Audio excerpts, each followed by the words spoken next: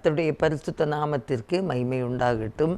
இந்த நல்ல நாளிலும் ஜாய் குட் நியூஸ் டிவி மூலமாக உங்களை சந்திப்பதிலே நான் மிக்க மகிழ்ச்சி அடைகிறேன்.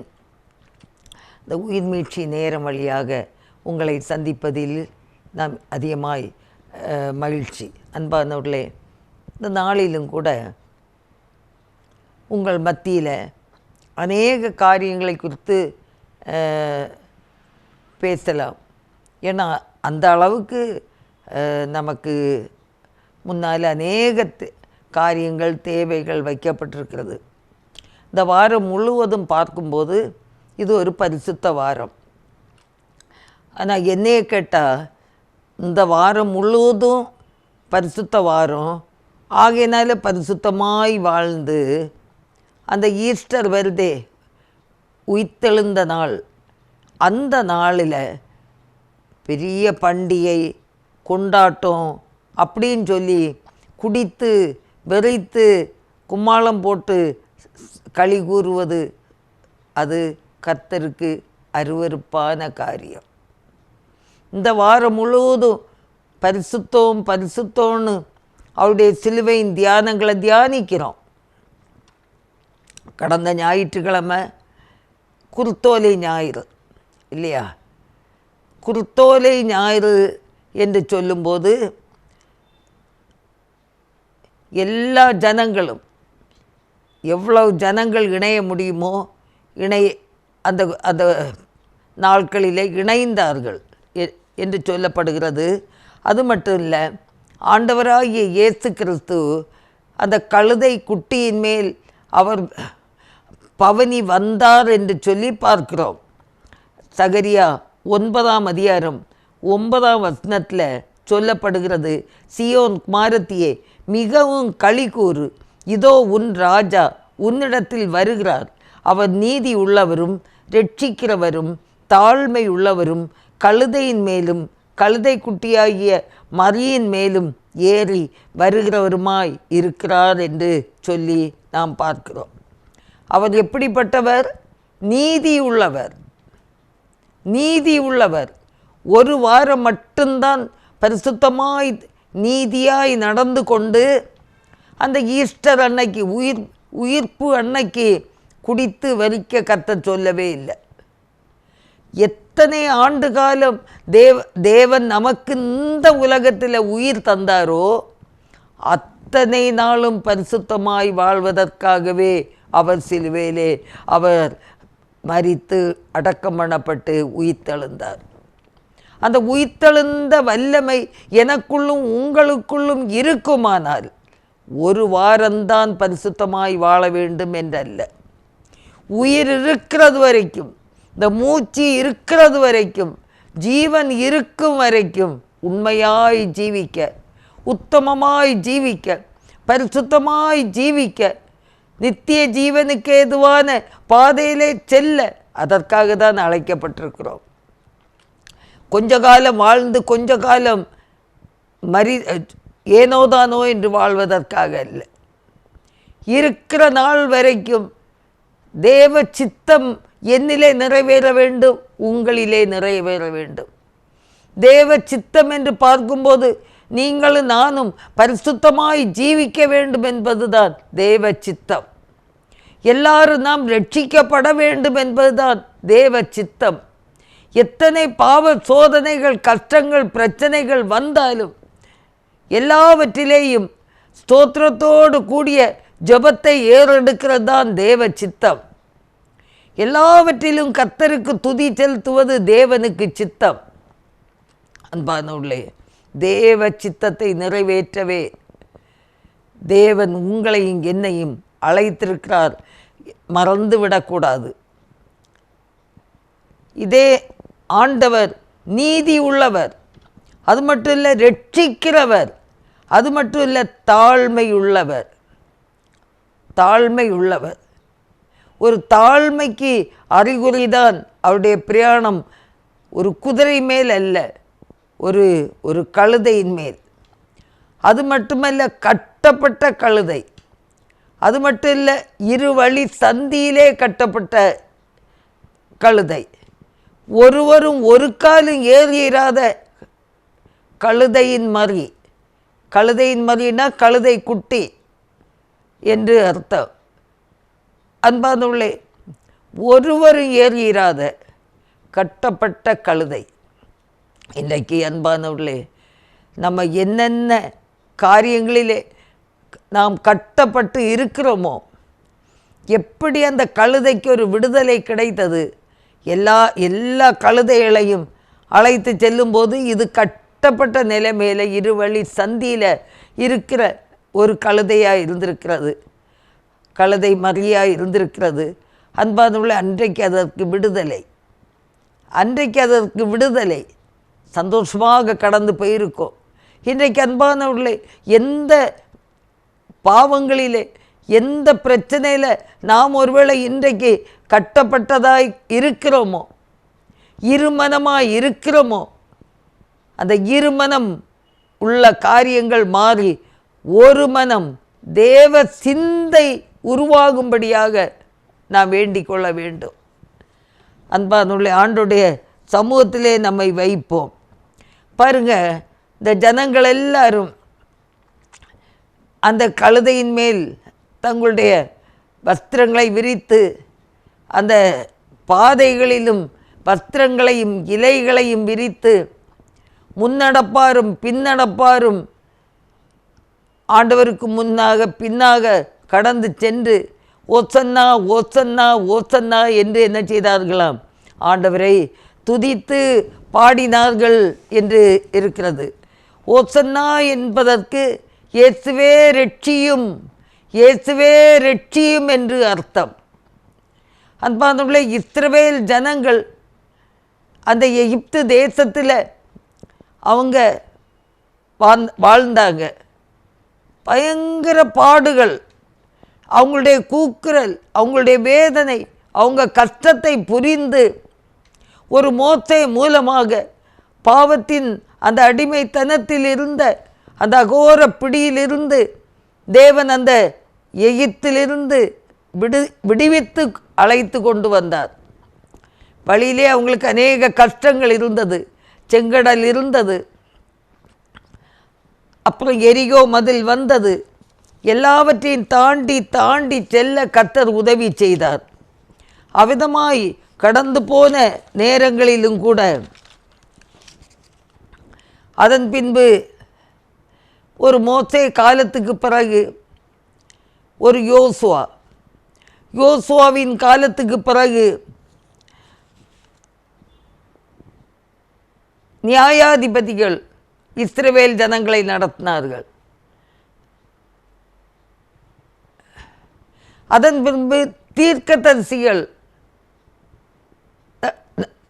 நடத்தப்பட்டார்கள்.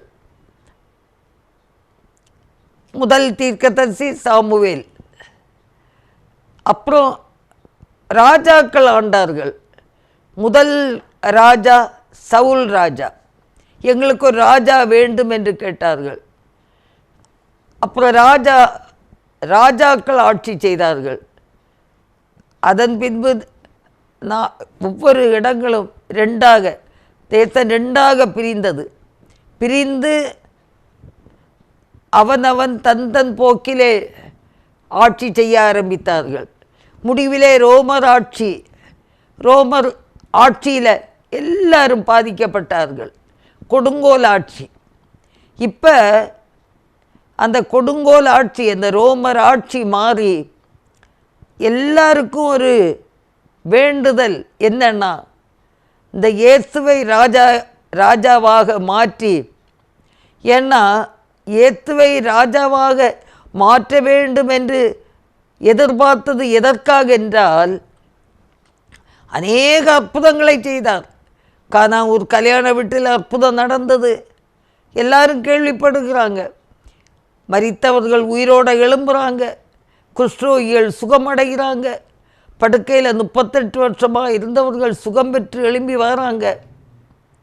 அது மட்டும் இல்லை, செத்துப்போய் நாறிப்போன லாசருவை ஆண்டவராய் இயேசு கிறிஸ்து உயிரோடு 4ஆம் நாள் எழுப்புகிறார்.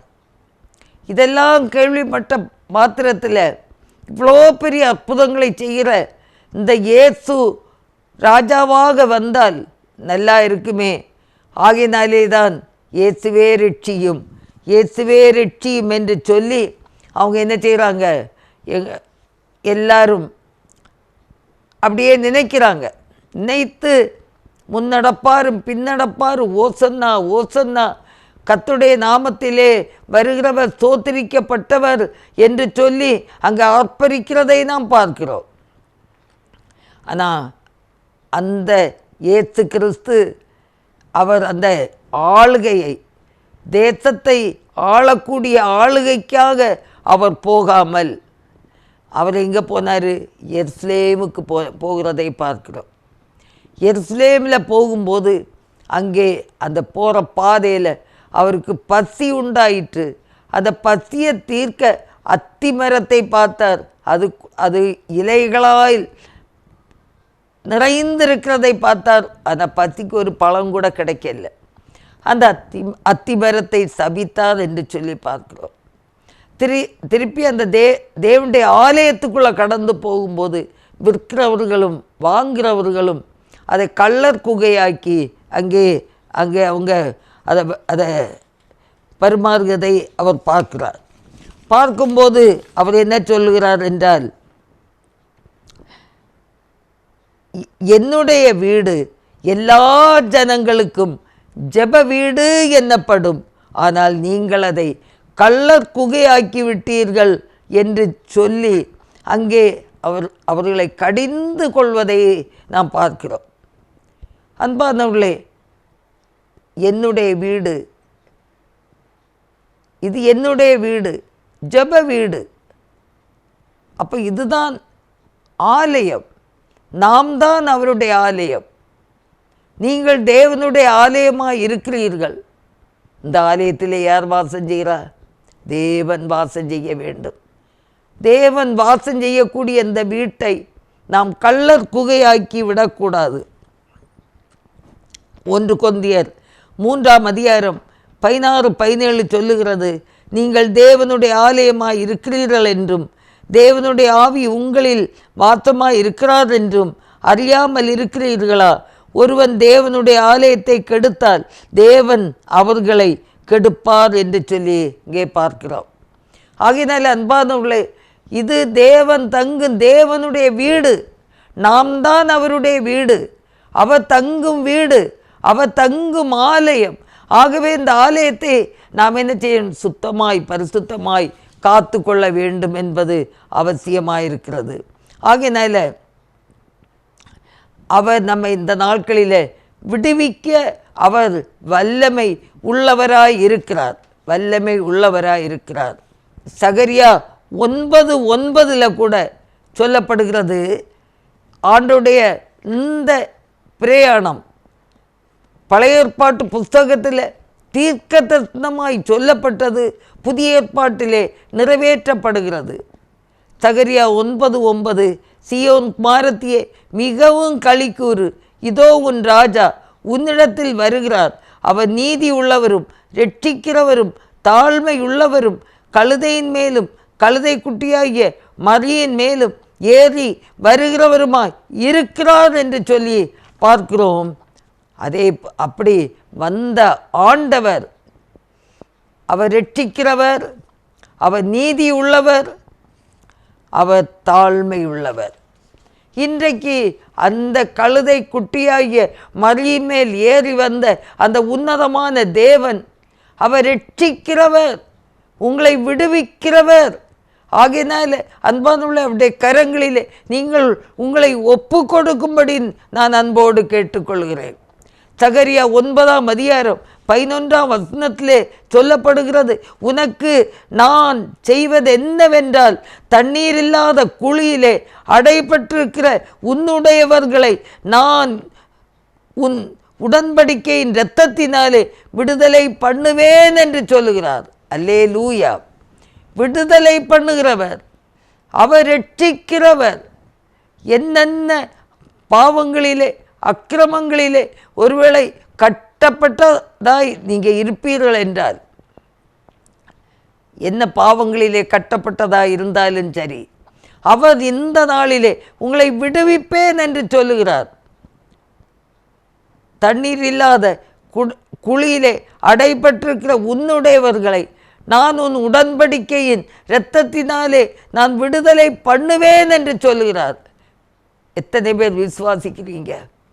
எத்தனை பேர் விசுவாசிக்கிறீங்க? கட்டப்பட்ட நிலையிலே இருந்த கழுதை குட்டிக்கு அன்று ஒரு விடுதலை கிடைத்தது. இன்றைக்கு எந்த சூழ்நிலையில் கட்டப்பட்டவர்களாக இருக்கிறீங்க? இருவழி சந்தியில் கட்டப்பட்டிருந்த அந்த கழுதைக்கு ஒரு விடுதலை கிடைத்தது. இருமனம், இங்கே போவதா அங்கே போவதா, இருமனமாக இருக்கிறவர்கள் யாராக இருந்தாலும் நீங்கள் இயேசு கிறிஸ்துவை அவரே சொல்லுகிறார், நானே வழியும் சத்தியமும் ஜீவனுமாக இருக்கிறேன், என்னாலே அன்றி ஒருவனும் பிதாவிடத்திலே வரான் என்று சொல்லப்படுகிறது. எனக்கு அன்பான தேவனுடைய பிள்ளையே, இந்த நாளிலே இந்த செய்தியை நீங்கள் கேட்கும்போது எந்த நிலையில் நீங்கள் இருந்தாலும் கர்த்தருடைய சமூகத்தில் உங்களை நீங்கள் தாழ்த்தி ஒப்பு கொடுங்க, தாழ்த்தி ஒப்பு கொடுங்க. இந்த இருதயம் தேவன் தங்கும் ஆலயம், இல்லாவிட்டால் தேவன் தங்கும் வீடு. இதை கள்ளர் குகை ஆக்கக்கூடாது, இதை பரிசுத்த கேடு உண்டாக்கக்கூடாது. பரிசுத்தமாய் வாழ்ந்து நித்திய ஜீவனுக்கு கடந்து செல்வதற்கு நம்மை ஒப்பு கொடுக்க வேண்டும். அவர் சிறுமைப்பட்டவர்களுக்கு சுவிசேஷத்தை அறிவிக்கவும், இருதய நொறுங்குண்டவர்களுக்கு காயத்தை கட்டவும், சிறைப்பட்டவர்களுக்கு விடுதலை கொடுக்கவும், கட்டவிழ்க்கவும் தக்கதாக அவர் வந்தேன் என்று அங்கே சொல்லப்படுகிறது. ஏசாயா 61:1. சிறுமைப்பட்டவர்களுக்கு சுவிசேஷத்தை அறிவிக்க வந்தார். கட்டுண்டவர்கள், நெருக்கப்பட்டவர்கள், எந்த சூழ்நிலையில் கட்டப்பட்டிருந்தாலும் அவர் தேடி வர காரணமே உங்களை ரட்சிக்க, உங்களை விடுதலைப்படுத்த. அன்பானவர்களே, ஒரு முறை ஒரு பெரிய குளத்துக்கரையில் அநேக வியாதியஸ்தர்கள் படுத்திருந்தாங்க. எப்போது அந்த குளம் கலங்குமோ, முதலாவது அந்த குளத்தில் இறங்குறவர்களுக்கு ஒரு அற்புத சுகம். 38 வருஷமாய் படுக்கையில் இருந்த, கட்டப்பட்ட நிலையில் இருந்த ஒரு வியாதியஸ்தர், அவன் எழும்பி ஒரு படி ஒரு எட்டு நடக்கிறதுக்கு முந்தி அந்த குளத்துக்குள்ளே இன்னொருத்தன் இறங்கிடுவான். முதலாவது இறங்குறவங்களுக்கு விடுதலை. இவனால் முடியலை, ஐயோ என்னால் முடியலையே, உதவுவார் இல்லையே. கர்த்தர் அவனுடைய சிறுமையை பார்த்தார், இருதய நொறுங்குண்ட அவனை பார்த்தார், கடந்து போனார். நான் உனக்கு என்ன செய்ய வேண்டும் என்று கேட்டார். அவன் சொன்னான், நான் தான் இறங்கணும்னு ஆசைப்படுறேன், ஆனால் எனக்கு முந்தி இன்னொருத்தன் இறங்கிறான், என்னால் முடியல, எனக்கு முடியல அப்படின்னு சொன்ன உடனே, அவனுடைய கஷ்டத்தை அவன் சொன்ன உடனே படுக்கையை எடுத்துக்கொண்டு நடன்ட்டார். உன் படுக்கையை எடுத்துக்கொண்டு நட. உடனே அவன் சந்தோஷமாக படுக்கையை எடுத்துக்கொண்டு நடந்தான். அவனுக்கு சரீரத்தில் ஒரு பெரிய விடுதலை. இன்னொரு நாள் தேவாலயத்திலே அதே சகோதரனை ஆண்டவர் சந்தித்தார். அவர் சொன்னார், அதிக கேடுகள் உனக்கு வராதபடிக்கு இனி பாவம் செய்யாதே என்று சொன்னார். எனக்கு அன்பான தேவனுடைய பிள்ளையே, அதிக கேடுகள் வரக்கூடாதபடிக்கு, இனி பாவம் செய்யாதபடி ஜாக்கிரதையாக இருப்போம். அவர் விடுவிக்கிறவரும் அவர் ரட்சிக்கிறவரும் தாழ்மையுள்ளவருமாக இருக்கிறார். அவர் தாழ்மையை தான் அந்த இடத்துல அவர் காட்டினார். தாழ்மையோடு கட்டப்பட்ட நிலைமையில், நொறுங்குண்ட நிலைமையில், சமாதானமின்றி வேதனையோடு எனக்கு இறங்க முடியலையே என்ற அந்த தவிப்பை பார்த்து அவர் தாழ்மையோடு கடந்து போனார். கடந்து போய் அந்த சிறுமைப்பட்டவனுக்கு, வியாதியிலே சிறுமைப்பட்டு போய் இருந்தவனுக்கு பாவத்திலே கட்டப்பட்டிருந்த அவனுக்கு தேவன் விடுதலையும் தந்து சரீரத்தில் மாத்திரமல்ல அந்த இருதயத்திலும் ஒரு சுத்திகரிப்பை கொடுத்தார். இருதயத்தை சுத்திகரித்தார். பாவம் மன்னிக்கப்பட்டது. இனி பாவம் செய்யாதே, இனி பாவம் செய்யாதே. எந்த நிலையிலே கட்டப்பட்டவர்களாக இருந்தாலும் சரி, ஜாக்கிரதையாக இருப்போம், பயத்துடனே இருப்போம், கர்த்தரையே சேவிப்போம். அவர் பெரிய காரியங்களை உங்கள் வாழ்க்கையிலே செய்வார் என்பதற்கு சந்தேகமே இல்லை. கண்களை மூடி நாம் ஜெபிப்போம். எங்கள் அன்பின் ஆண்டவரே, எங்களோடு நீ பேசினீரப்பா. இந்த பாவம் நிறைஞ்ச உலகத்தில் பரிசுத்தமாய் வாழ ஒவ்வொரு பிள்ளைகளுக்கும் கிருபை தாரும். எங்கள் வியாதியை போக்க, எங்கள் பாவத்தை போக்க மாத்திரமல்ல, வியாதியை கூட சுகப்படுத்துகிறீர்கள் ஆண்டவரே. இந்த 38 வருஷமாயிருந்த மகனுக்கு அந்த வியாதியை சுகப்படுத்தினீர். அதிக கேடுகள் உனக்கு வராதபடி இனி பாவம் செய்யாதே என்று சொன்னீர் ஆண்டவரே. ஆண்டவரே, இனி பாவம் செய்யாதபடி பரிசுத்தமாய் வாழ தேவன் உதவி செய்வீராக. உடைய அன்பு கரங்களில் தருகிறோம். நீரே பொறுப்பெடுத்து கொள்ளும். எல்லா குறை குற்றங்களையும் மன்னியும். இயேசு கிறிஸ்துவின் நல்ல நாமத்தில் ஜெபங்கேளும் பிதாவே. ஆமேன், ஆமேன். கர்த்தர் தாமே உங்களை ஆசீர்வதிப்பாராக. ஆமேன்.